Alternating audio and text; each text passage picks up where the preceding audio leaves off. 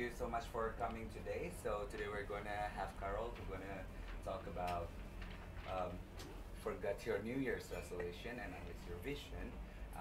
So she's going to talk more about that, about how to make the visions happen. And before we start, I just want to tell you about some event that we're going to have this week. So for tomorrow, we're going to have a Balibukus about the strategy of partnership. So if you're interested into those topics, please come tomorrow. And on Thursday, we're going to have a social hour at Hubut Hut if you've never been to Hubut Hut. So we have a fila. And it's, so basically, we're just going to hang out there and chill together. And this event is open for public, so you can you're allowed to bring your friends. And this event is also bring your own drink, so you can bring your own drink as well at the time. And there will be some music, there will be some pool, so it would be nice. Just hanging around with your friends and connect to other people, Ubudians here. And yeah, right now I present you Carol. Ta-da! Oh my God! Good morning, everyone. Good afternoon, actually. My name is Carol, and I'm sure that you will have guessed with the accent that I come from beautiful France. And I am a vision whisperer and a merchant of knowledge and audacity, because I can. Every morning, I get out of bed with a little spring in my feet, because I have a life purpose, and that life purpose is to connect entrepreneurs to their heart. So I'm not a coach, but I specialize in 2-hour processes to help you move forward with your life, specific processes. Those processes are short, they're impactful, and they are deep, just like. And today, I'm here to speak to you about the intuitive work that I do around vision. And I have really 3 main objectives. One is to explain to you what a vision is, because lots of people talk about vision, but they actually don't know what a vision is.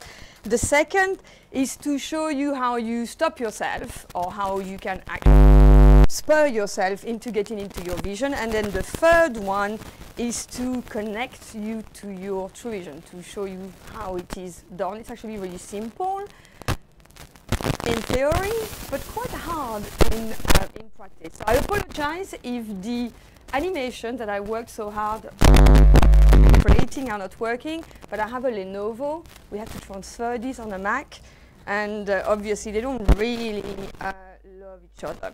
I'm going to run a really tight ship. We're actually going to finish 15 minutes late, so I hope it's okay for everyone. I've got a few goodies to give you, homework to give you, to help you as well with the process. So please just bear with me if I move on, and then keep your questions at the end. Take a pen, write everything. If it's not written, you don't own it, and you don't then do anything about it. So what I want to do first is to really talk about the vision, what it is. And a vision is your land of plenty. It's actually your paradise on earth. I don't believe that you need to die in order to get to paradise. That's it. And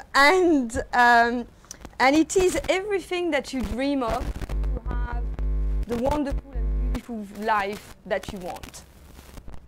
It is what you would love to create. It's not what you want to create, and I'll explain the difference between those words. It's what you would love to have, and it is what you would love to create in your business and in your private life, because you cannot detach one from the other. If one is imbalanced, it really affects the other, and then you create a situation whereby your private life is actually not as good as your business life, and vice versa. So when we speak about vision, it really is about looking at the big picture and not only connecting with one part of your of the aspect of your life. It is what makes you unique and special. In business, what matters is that you have this edge, that you are authentic. A lot of people speak about you need to be authentic, you need to be different. It is your USP. How do you get to that USP? How do you get to know what it is that is so special about you that no one else has? Because that's the only thing that you can compete on. Everyone can sell the same thing, but people buy values. They buy who you are. Yeah, they trust in you. And if you're not able to actually know your vision and communicate that to your clients, you will not get that trust and you will not get those clients.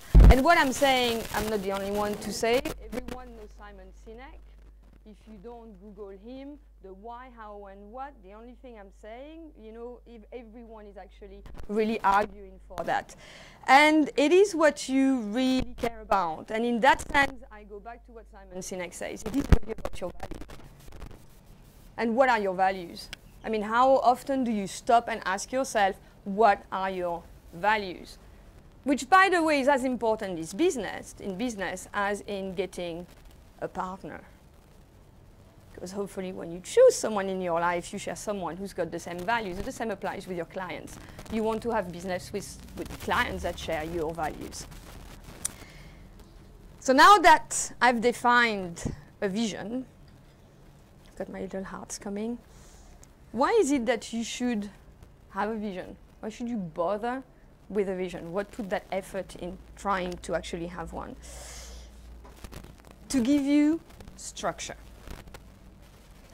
You can't create anything in your life if you don't have a structure, if you don't have the foundation, if you actually don't know what it is that you want in your life.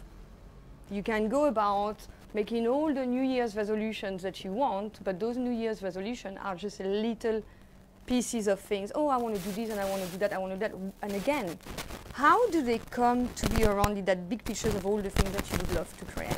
So you need that structure.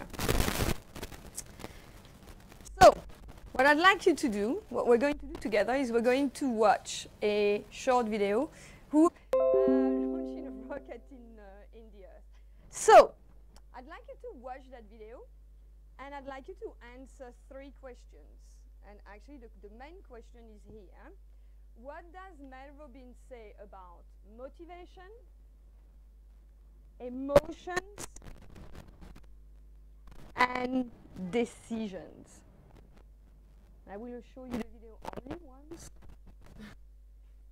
So you have to really pay attention. Okay, so hopefully, hold on. Do I need to escape this and then go on to which one? This one? Okay, and let's play this. There are so many people in the world, and you know, you may be watching this right now, and you have these incredible ideas, and what you think is missing is motivation. And that's not true. Because the way that our minds are wired, and the fact about human beings, is that we are not designed to do things that are uncomfortable, or scary, or difficult. Our brains are designed to protect us from those things because our brains are trying to keep us alive. And in order to change, in order to build a business, in order to be the best parent, the best spouse, to do all those things that you know you want to do with your life, with your work, with your dreams, you're going to have to do things that are difficult, uncertain, or scary, which sets up this problem for all of us. You're never going to feel like it. Motivation's garbage. You only feel motivated to do the things that are easy, right? Our minds are designed to stop you at all costs from doing anything that might hurt you. And the way that this all happens is it all starts with something super subtle that none of us ever catch. And that is with this habit that all of us have that nobody's talking about. We all have a habit of hesitating. We have an idea, we're sitting in a meeting, you have this incredible idea, and instead of just saying it, none of us realizes that your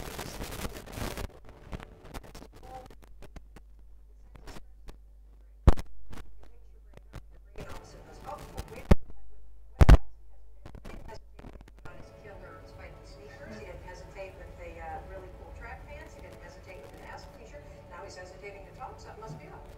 then your brain goes to work to protect you. It has a million different ways to protect you. One of them is called the spotlight effect. It's a known phenomenon where your brain magnifies risk. Why? Away from something that it perceives to be a problem. And so you can truly face every single problem or complaint in your life simultaneously. Those are decisions. And what I do and what's changed my life is waking up and realizing that motivation's garbage. I'm never going to doing the things that are tough or difficult or uncertain or scary or new. So I need to stop waiting until I feel like it. And number two, I am one decision away from a totally different marriage, a totally different life, a totally different job, a totally different income, a totally different relationship with my kids. Not like one decision, I'm divorcing you in the marriage example, but one decision on, you know, you could be having a conversation with your spouse and you feel your emotions rise up, and within a tiny window, those emotions can take over and can impact how your marriage goes. Or you can learn how to take control of that micro moment and make a decision to act in a way that actually shifts your marriage. Your life comes down to your decisions. If you change your decisions, you will change everything. Let me make sure I'm stuck. Yeah? Can you stop this? Okay, so what does she say about motivation? It's bullshit. Okay, I will write BS because I'm far too glamorous and sophisticated to actually swear. And I will call it garbage.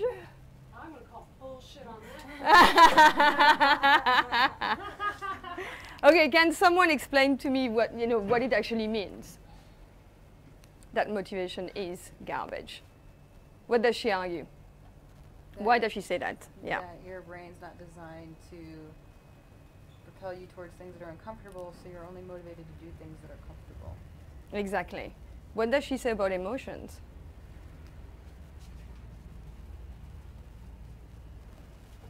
What does she say about emotions? Pardon?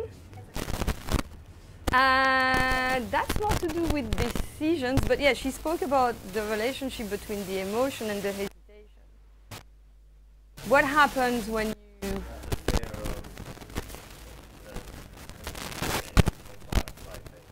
Yeah.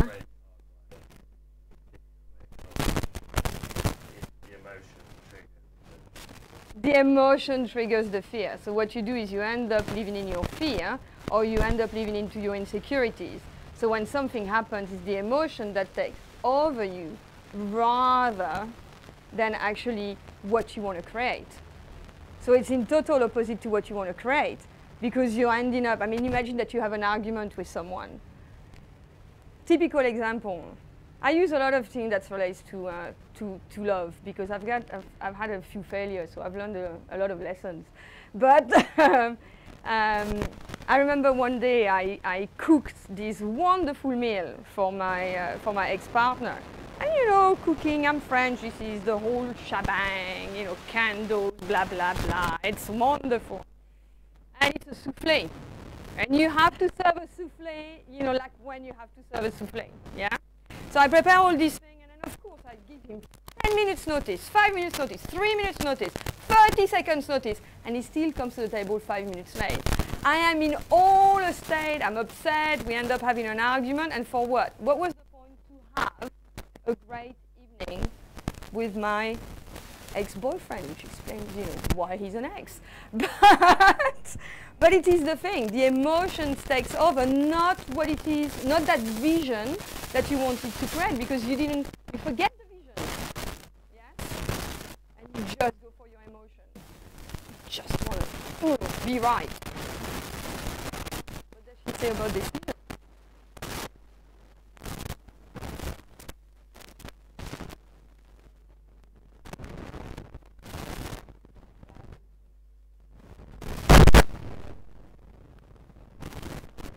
One decision away. And that one decision, it is much easier to make it when you are aware of what you want to create and when you are conscious I mean, really conscious that it is really what you want to create. So when you really live into your vision, why is it that we hesitate? Why do we hesitate? Fear. Fear. When you have vision, you don't have fear. Because you know what you want. So it really helps you. It really grounds you in that way. So, a true vision is something that is going to give you direction, but it will also help you in moments where you get emotional. And when I say emotional, I put it in speech mark because I am a woman and I have been told that I am too bloody emotional, and I don't care. I will be as emotional as I want. But it is turning your emotions into something that is creative and positive rather than something that is destructive and negative. It helps you not hesitating because you know what you want. So tomorrow, if someone wants me to coach them, I will say, no, I'm sorry. My vision is not to be a coach. That's not what I do. I do short processes, but I don't coach. Go and see someone else. That's not my genius. It's clear. Even if it means less money. But I choose to live like this. I choose to live what is my genius and what is my purpose. Because then I'm not of service to people if I start taking money for things that I cannot do. Or if I start doing things that actually I don't want to do, because I will stink at them.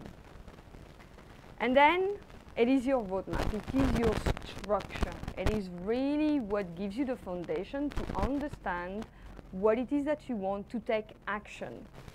A vision is not la la land. I mean, you can stay in la la land as much as you want. I don't do la la land for more than 2 hours when I am in my vision. I'm an action girl, yes? So when I have a vision, I want to make sure about what is it that I'm going to do to make my vision happen. And I'll show you how you do that in our last slide.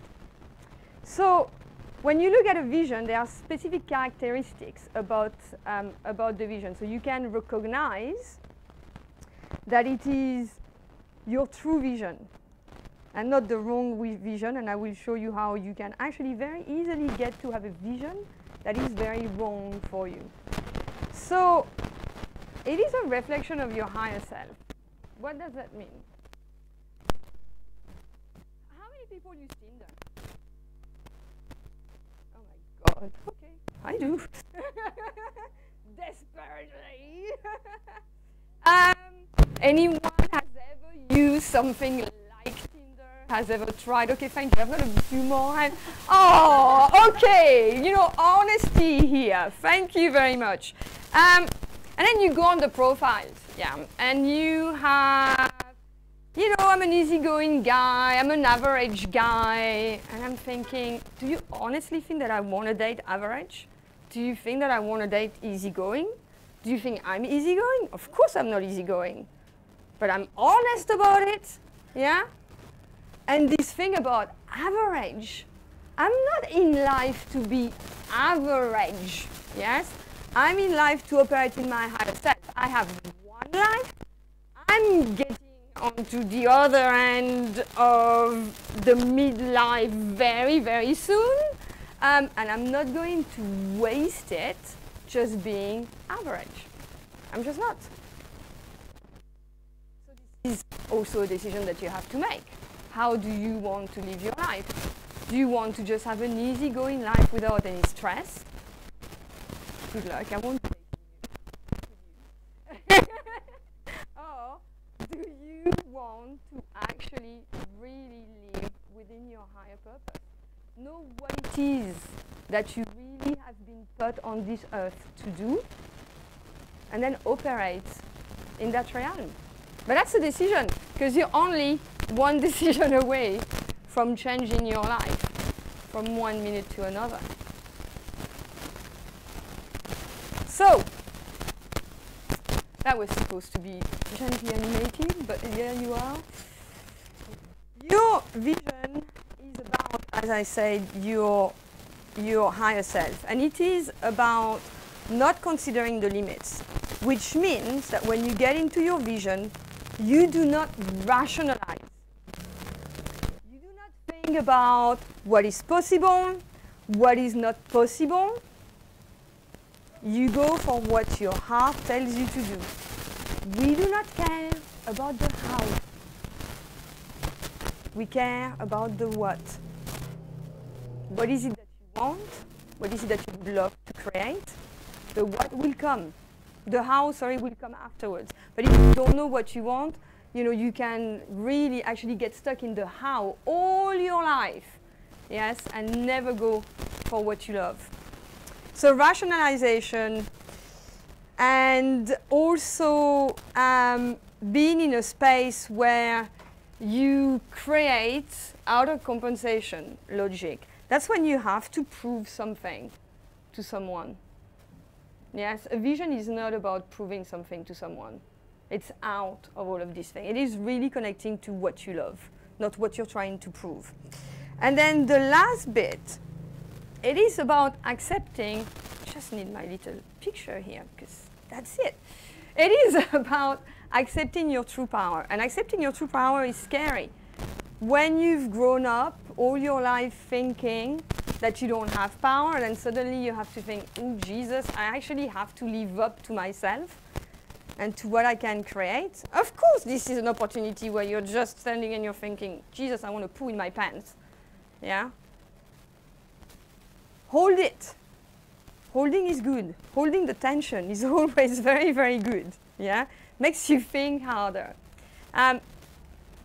But the point is that you are being of disservice to yourself and you are disempowering yourself if you don't choose to actually live in your higher self.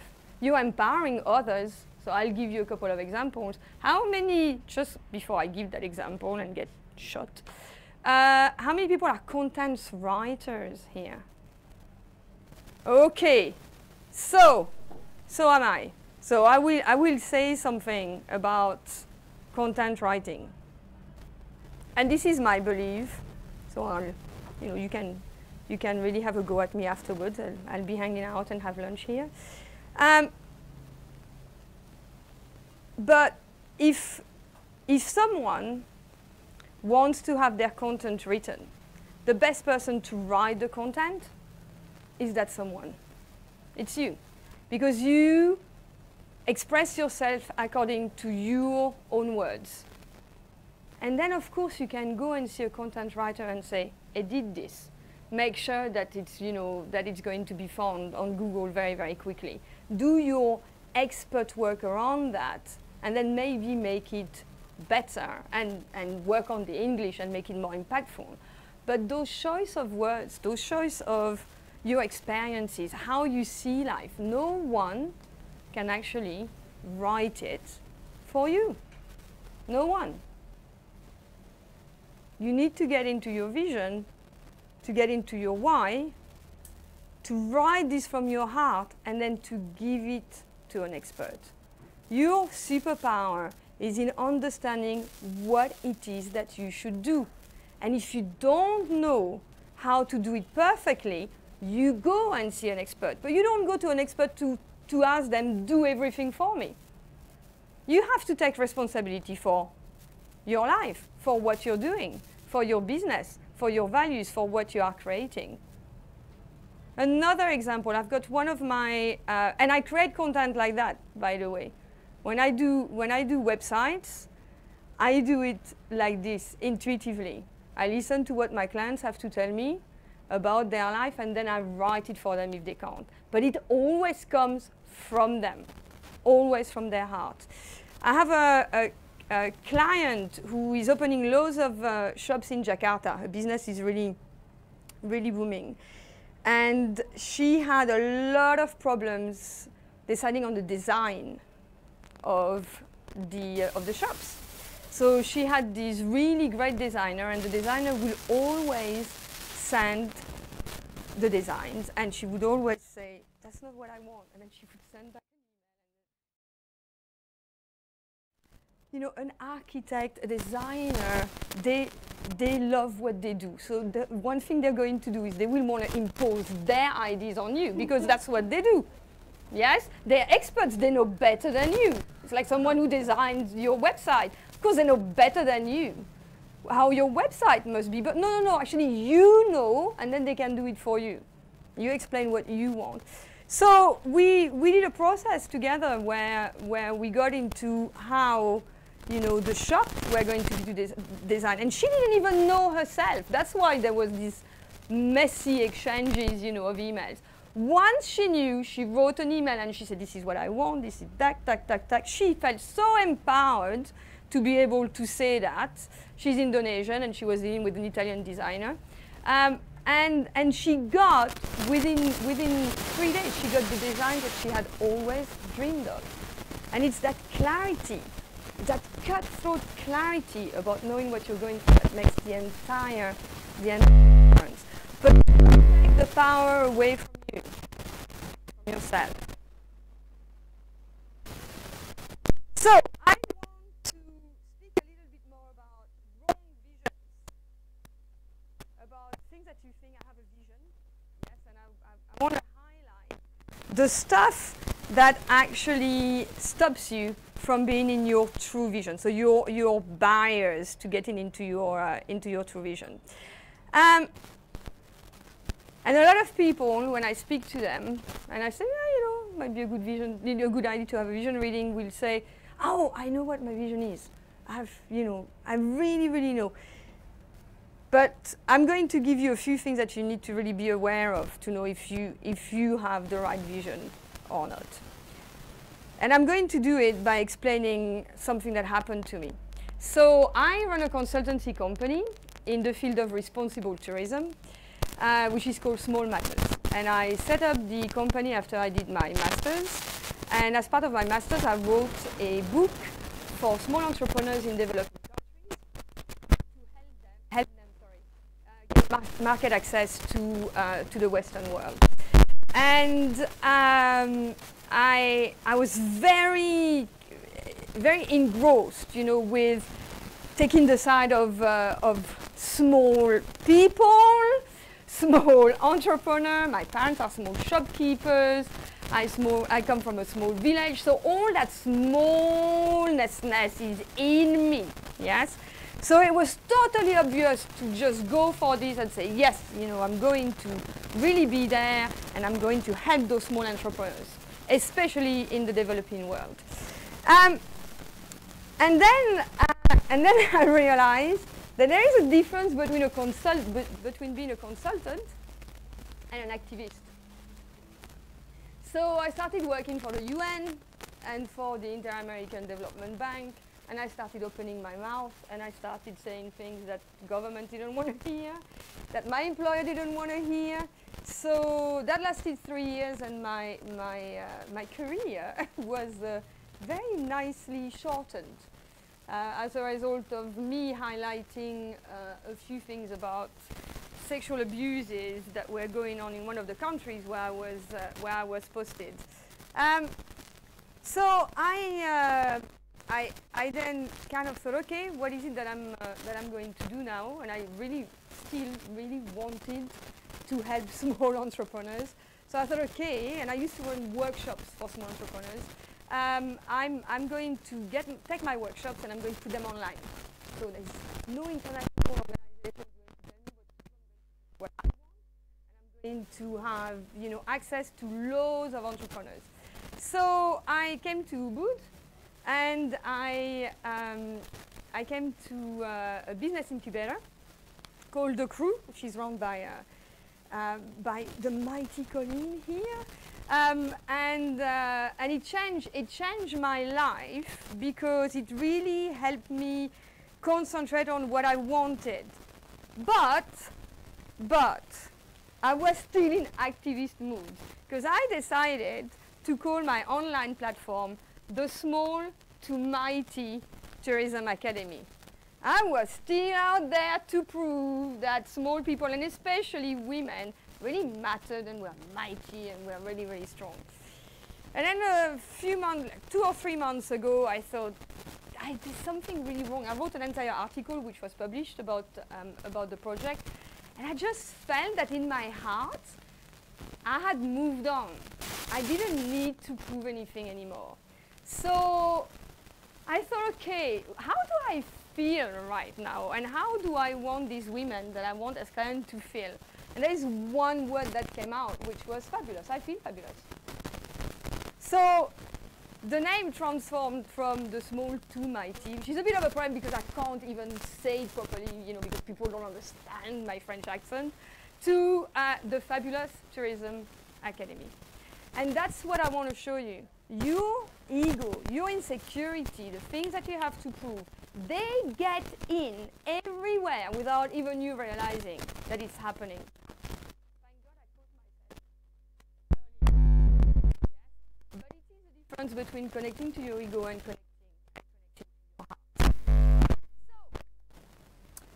So, I named this talk, forget about New Year resolutions, put them in the garbage.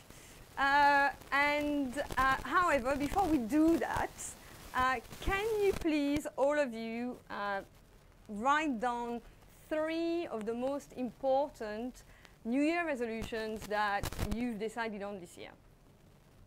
Just 1 minute to do that.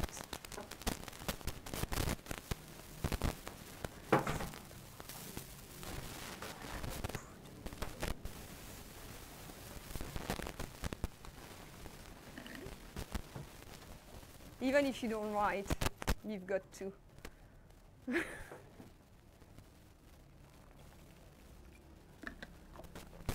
So 3 of your most important New Year resolution. And out of the 3, I want you to choose one. One that really matters. And the most important out of 3. The one that you attach the most importance to.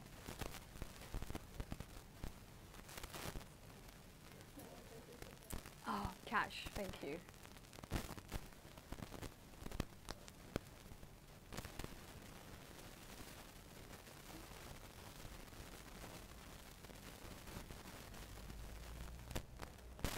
Okay, so you've got that. Okay, so I'm about to do something which I don't do in public. I usually do on a one-to-one with my clients. So I'm being very vulnerable here because this is not something that I do in front of others.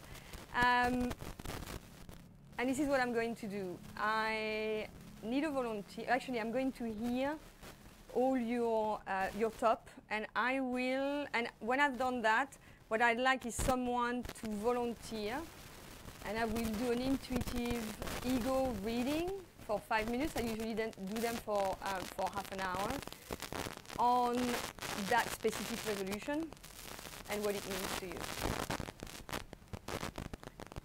So,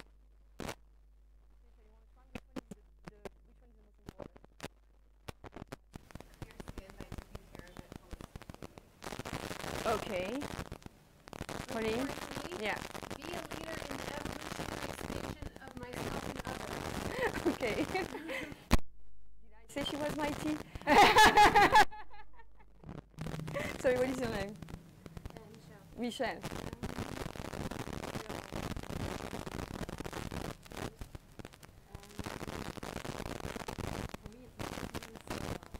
Okay, put on your side.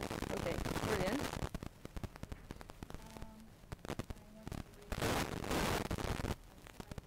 Okay, that's clear.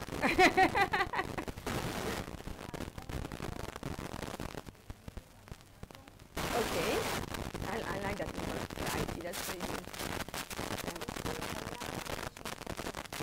Okay.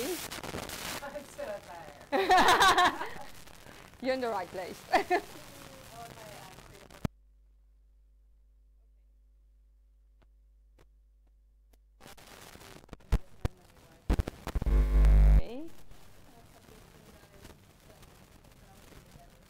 Okay. Okay.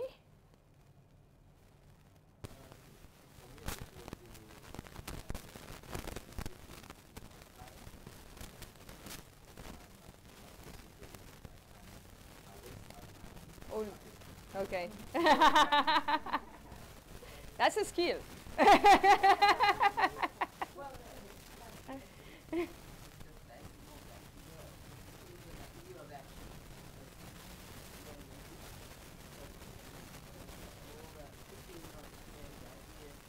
Just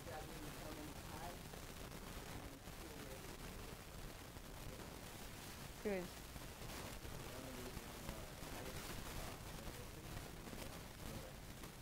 To yoga meditation, okay. Define a new career path. To find a new career path. Okay, so actually I'm going to ask the people that I don't know just to make sure it's fair. Who wants to be a volunteer, and raise your hand if you want to be a volunteer. I know you beat him. You want to be okay? I'll have you as being a volunteer. Okay. No, I feel your energy. I'll get. So what I really need is for everyone to be super quiet, and I need someone to help me keep the time, because once I start, I can't be stopped. So I need to be stopped at 5 minutes, please. Yeah. It's because I don't have the full half hour. I'm just going to give you a tester of what it is. So pure silence, and when I say silence, I say silence. This is how tough I am. So I need to sit in front of you. Yeah, that'd be great. So I'm going to get you into very shortly into a short little meditation thing. And once I'm finished with that, please write what I say. I'll keep my eyes closed until you shout done. Okay, so if you'd like to put your palm on your hand, close your eyes and sit up. I don't want you to sleep. Excellent. Thank you very much. And I'd like you to with me. Breathe in and then out. And then again breathe in. And then out. And once more. And out.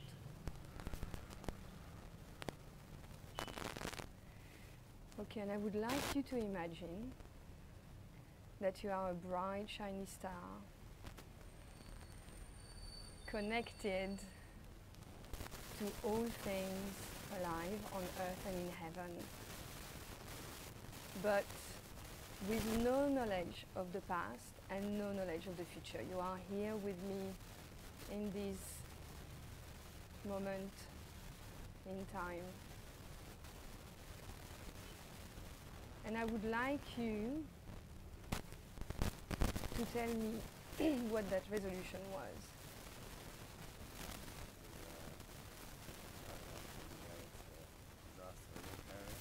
Okay. And I would like you to imagine that you're drawing a circle. And I would like you to name that circle, to sign up and go to I would like you to step into that circle and to be in that circle. And then when you are in that circle, I would like you to make the intention, have the intention to let me into your ego, to let me to see why this is so important to you, and to open yourself.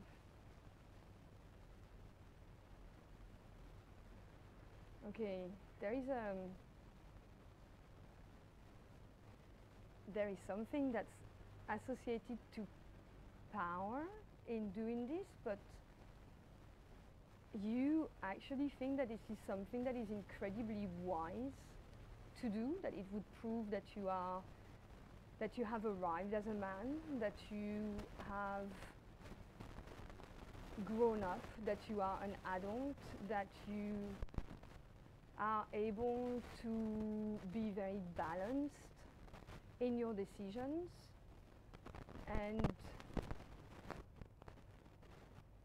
and that you can actually really make decisions for yourself, that no one has to tell you what you need to know. It is, for you, this is an initiation ritual. You need to do that to step into full adulthood, to connect with your masculinity, to connect with your strength.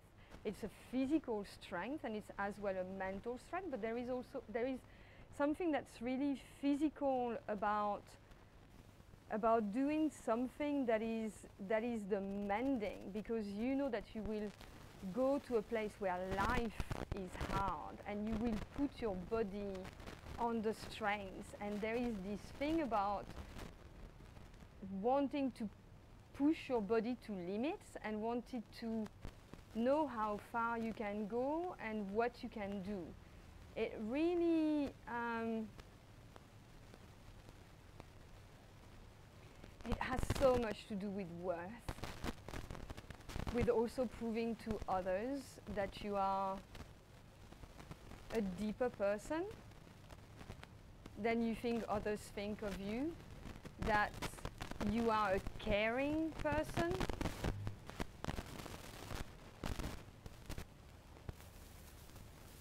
that you are a person who also can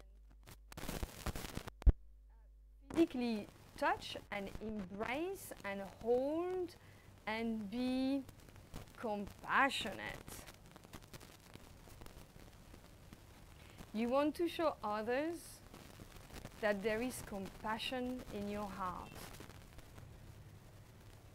that you are not only a man on the surface, and that there is something that is very sweet and very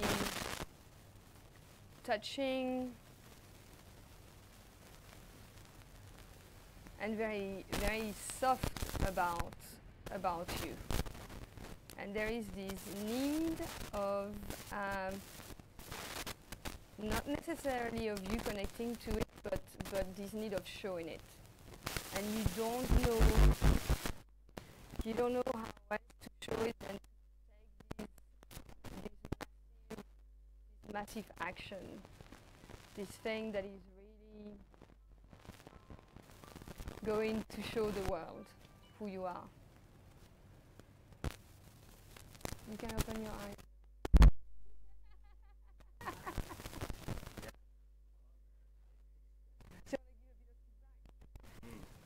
Yeah, I've kind of come to all those conclusions myself. Definitely my ego, looking to prove passion is an important one to me. Something that the West has lost a lot of, I think. And yeah, trying to understand that. I've done a bit of disaster relief in Cali, actually. Ah, okay. And I think it's time to up the ante a bit, and go somewhere a bit more out there. Okay, I love what you say, upping the ante. You can't get more into your ego than that. Test myself. Yeah. Well, we all have one. You can't get away from it. No, and this is the point. The point is, you can't get away from it. You will never erase it. It will never go away, but you need to know it. And you need to recognize it when it comes through your emotion, because you're never, you're only that one decision to think, okay, I know what's going on here. You call it out, and then you park it. And then you say, okay, what is it that I would really, I know what my ego is. Good news. When you're telling me that, you're in your ego. You just can't know what your ego is on. Because you're you. Because you're in your BS. Yes? You need someone to catch you out and to say, no, actually, this is what you're doing. And what you think you're doing is actually not what you think you're doing. You're doing something that is really, really different. Your ego is very, very nasty. There is actually something which is called a dysfunctional pattern that you have, which is, we all have. I've got one as well, don't worry. It's a 17 to 23 step that you go through every time you create something, but you fail at creating it. It doesn't matter what you do, it's always the same pattern. And it's always out there to prove something that's wrong about you. It's always the same thing. And it's very powerful to actually know what, what it is, because then you can hesitate and you can just take the time, calm down and say, I don't want to do this. So 3 main mistakes that people do, and especially entrepreneurs do with their vision and their business. They go for the opposite of what they don't want. Okay? I don't want this, so I'm just going to do the opposite. So I want to illustrate that very, physically with an example. So I'm going to give you some elastic bands. I hope I've got one for everyone. Well, this might sound a bit weird, but yeah. So, oh, I need just one. Is there one? Sorry. Yeah, just, okay. So, and I want to talk to you. I've got one left here. Yeah? Just one. Is it for you? Yeah, okay. No, that's fine. Okay. So you can do it. It's very, very quick. But I want you to just hold it so that you can feel it and that you can understand what I mean. This is called the theory of least resistance. Okay? So you have an elastic band. This is the state of the elastic band. Imagine, and I'm going to take an example, that I'm overweight. And I used to be much bigger than what you're saying. I used to be 21 kilos bigger than what you see now. That's 3 stones for those. So I know what I'm talking about. So let's be honest. I'm fat. I want to get slim. What happens? What happens? More tension. Can you hold that tension forever? What happens? The elastic band has to come back to its normal state. So what happens? I get fat again. I go on a diet, I get thin. I stop the diet, I get fat again. I go on a diet, I get fat. I go on a diet, I get fat. I smoke. I want to stop smoking, I stop smoking. I go back to smoking. It's always the same story. You always get back to what your nature has been conditioned to be. So the only way that you can change is not by doing the opposite of what you don't want to be, it's by creating a different story. I'm fat, I'm getting to 30, I'm going to Costa Rica, I want to climb a mountain in Costa Rica with my boyfriend, I'm going to lose weight. I lose 14 kilos in 1 year. That's it. I smoke, I want to run a marathon, I choose a story. I smoke and I stop smoking. I used to smoke too as well. Very bad girl. But you have to change the story. You can't do the opposite. Okay? I want you to take this with you. It's a little. We'll print some more. Yeah, and do it at home. Yes. Make a list of all the things that you don't want, and afterwards, what I'd like you to do is look at your New Year resolutions and then compare the wording of your New Year's resolution with the opposite of what you don't want, and then see how much of your New Year's resolutions are about the opposite of what you don't want, rather than creating a different narrative about your life. Rather than getting your ego direct everything in your life. The second mistake that entrepreneurs do, and it's very important to realize that, because when you create a business, you really, as I said about the name of my business, you see how this really could impact the place that I come from to create. They are just off tune to their vision. They have a vision, and I'll use an image of me wanting to drive somewhere. So let's say I want to drive to Los Angeles, yes? And I'm in New York. And I'm going in the right direction, but I'm ending up in Las Vegas. I'm still going in the right direction, but I'm not in LA. I'm in Las Vegas, yes? Or I'm going to the Death Valley. Or I'm going to Salt Lake City. I'm still going in the right direction, but I'm not going to the place where I should be going because I don't know where I'm going. Because if I don't have a vision, I don't have the destination. I don't have the end result of my journey. But I'm quite happy jumping in my, in my car driving and then thinking, we'll see when I run out of petrol. Oh, I'll see where life takes me. You need an end result. You can do that if you have an end result. But you can't do that if you don't have an end result because you're just going in every single little direction that you want. And a trip to Las Vegas and a trip to Los Angeles and a trip to Salt Lake City, they're quite not the same trips. Not quite the same places. And then the third mistake that entrepreneurs make is that they invest into a product or a service that's about them proving something. Yes? And it's not about them being of service to others. And you can't actually be a successful entrepreneur if the only thing that you are out is about yourself. It's not about you, it's about your client.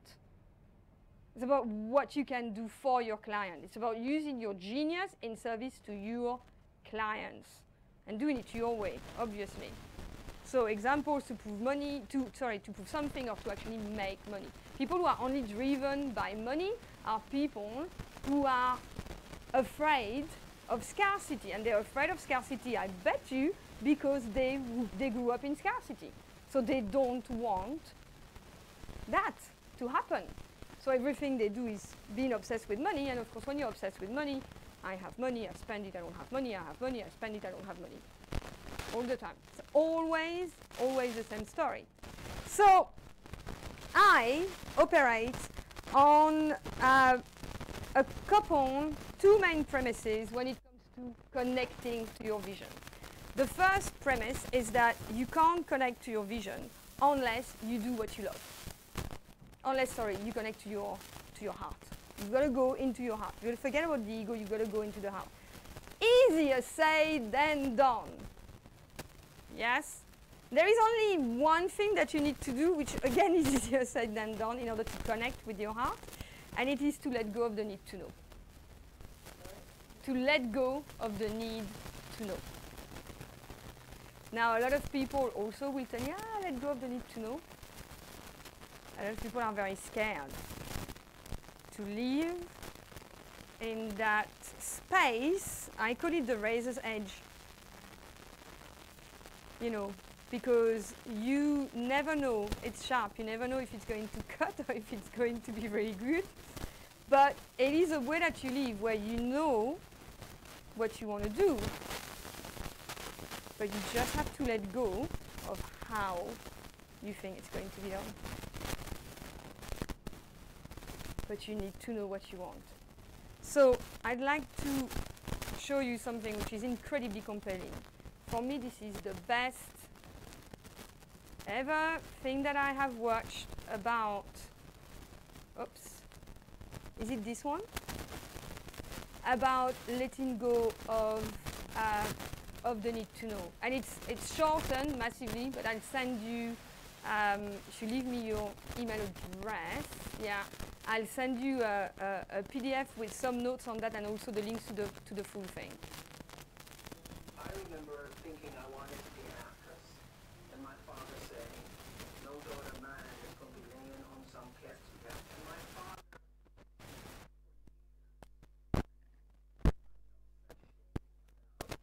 having brought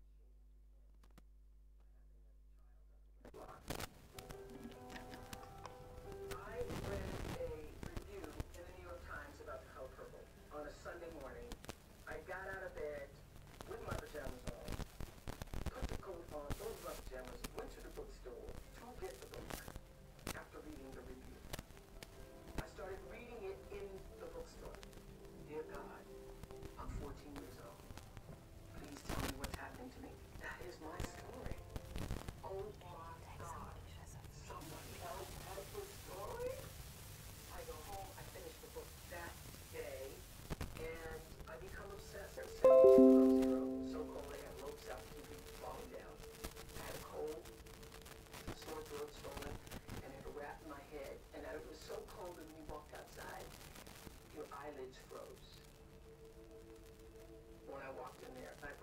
oh my goodness, it is the color purple. Because I know every character. I've read the book. I read for the color purple, and I'm reading like for a major role. They want me to be for Sophia. She's married to Harper, and Harper is my name, spelled backwards. So I think if that is not a sign from Jesus himself, I never saw a sign bigger than that. So I audition after nothing. I ended up months later calling the casting agent, saying, I haven't heard anything. He said, you don't call me. What do you call me for? I called you. Oh, I hung up the phone, and I knew I'm not going to get the part. So I feel really terrible. I can't even believe this. I think this is a God trick. I think, well, God, what'd you do that for? Why did you take me to the audition? And I'm auditioning, and then there's a harmful character, and then I'm not going to get it. So I think it's because I'm fat. So I go to this fat bar, and as I am running around the track by myself on a cold, rainy Wisconsin day, I start praying to God out loud, and I say, I don't get it. I really don't get it, God, but I know you do. I don't know if this is some kind of joke or what you're doing with me, but I thought you wanted me to have this part. And I want to be in the space where I can thank you for the opportunity, but I can't now. I can't. It's too hard. Please help me let it go. Help me to let it go. And I start singing, I surrender. I surrender.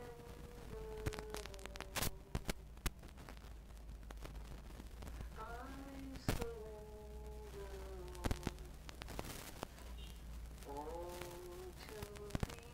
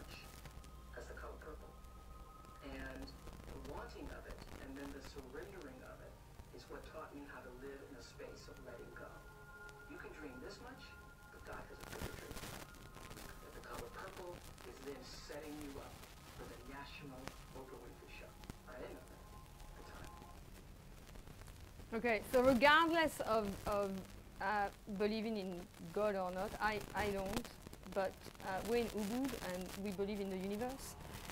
So it's the same thing. Well, I think it's the same thing. This ability to actually really have that end result, and this is half of it. This is 10 minutes.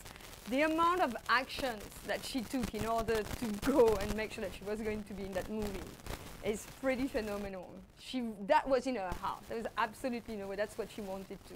But to let go of knowing how it was going to happen, or even if it was going to happen, that's the beauty of it. But you need to be incredibly courageous to live in that space, because you have to hang in the tension. And you have to wait until things come to you, and there are things that will come to you and things that you have to action.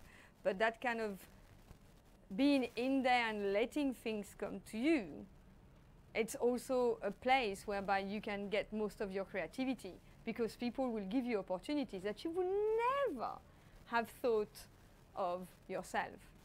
Never. Ever, ever. That you can grab that chance. So, where do I go? Present, yes? Sorry. So, premise, my biggest premise, is that certainty kills creativity. If you are looking for certainty in your life, you will never let go of the need to know. You will never be creative. You'll never know what's going to come up. You really need to be you need to be a sponge, you know, and let everything come to you. Very important. And you can't get into your vision if you don't have the intent to say, I will accept the fact that I know nothing. What I think I know, I do not know. This is why I always say, you are present with me, you are connected with all things that are alive on earth and in heaven, but you know nothing about the past, you know nothing about the future. You're like a newborn baby. When you do, your vision is about the what. What is it that I would love to create? You don't care about the rest. Believe me, having clarity about what you want to do in life is big enough to, you know, to stop caring for at that stage about the how. So I want to illustrate this. I need you to work into pairs, and I would like the strongest person in that pair to try to bend the arm of the weakest person in that pair. So I have no arm muscles, I'm a runner, but so you can do it with the person that's just next to you. Choose which one has got the most muscle. Stand up. You really need to stand up. So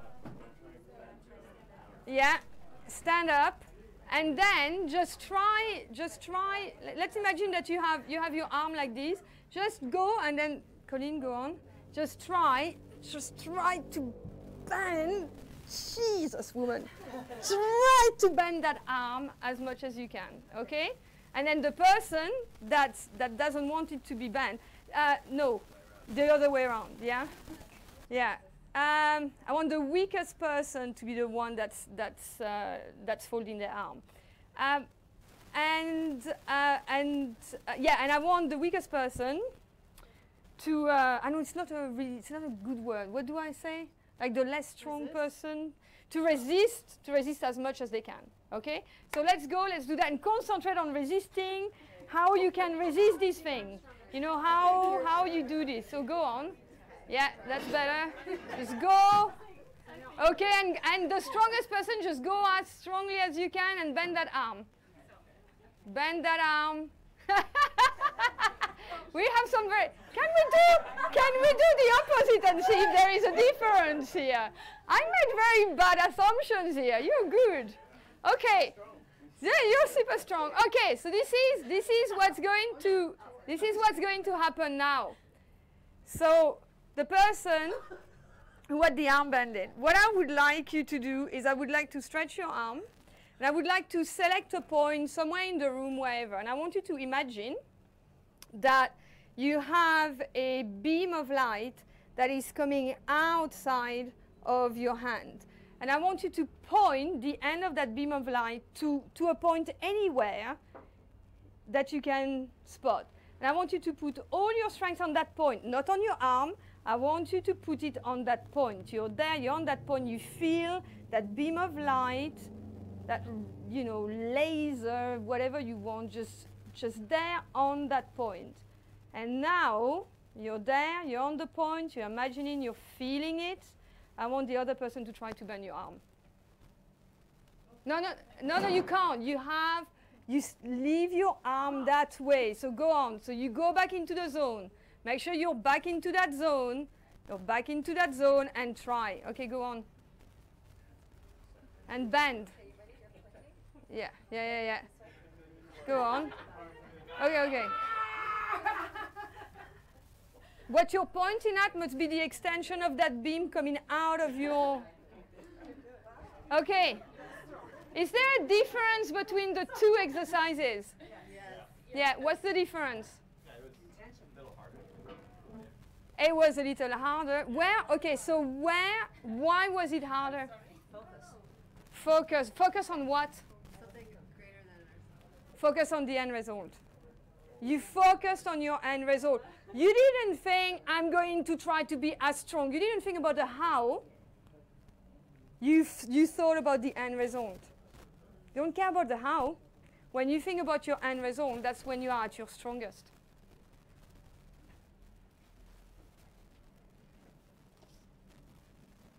So, how do you connect? How you do it? 3 steps. Step 1, you find yourself a nice little quiet place, yes, and you actually take time to get into what it is that you would love to create in your life. You take the time. You write everything down that comes up. And you do not care. It's too many things to do. I like clarity. 8 or 9 choices maximum. That cover your private life. There are 8 different, 8 to 9 different themes that you can actually look into. But normally it comes out. So this is in theory incredibly easy to do. In practice, it is a little bit more complicated because you need to be trained and aware enough to sniff out your ego. That's where the problem comes. That is where the issue is. But if you already start by connecting to what it is that you would love to create and taking that time, it is already going to give you clarity. And what I would love you to do, I have designed this little activity that I want you to take and do that at home, is to see if there is a difference between what it is that you would love to do and your New Year resolutions. Because I bet you that a lot of the things that you would love to do are not in your New Year's resolution. The real stuff, the stuff that's really, about you, that you really, really, really care about. So, and I want you to remember something really super, super important about making vision happen. It's not personal, it's structural. There's nothing wrong about you. Stop wasting time or money trying to fix yourself. What's wrong is the structures in which you operate. So that's why you need your vision, so that you can create what you would love to create. The rest comes. When you have clarity about what you would love, it comes. But stop wasting time on thinking that you've got to fix things about you. You are, I know they say you're your greatest enemy, and it's true, because you have your ego, but you're your greatest investment and your greatest potential. You just have to tap into it, that's all. So if you want to understand the real power of visions and how it changes people, go on my website. I've got some business cards as well, which I can give away. And just read the comments from the people who have done visions, because it touches people in very different ways. And then find out, and then try it. Try it, and see what happens. And you're really, really serious about getting your live vision, then I'm here. I've got some cards here, so you can pick some. Please do those exercises that I've given you, and I will send you a PDF document that gives you a summary of what we have, and also a link to a little meditation on YouTube that you can use in order maybe to try the whole process and to see what's going on and what's happening for you. But remember, have a vision and then get into action. Make those choices. Making the choices is also very hard. I spent 2 hours yesterday with a client in Canggu making choices, the right choices out of the vision. But honestly, it frees you. Thank you very much.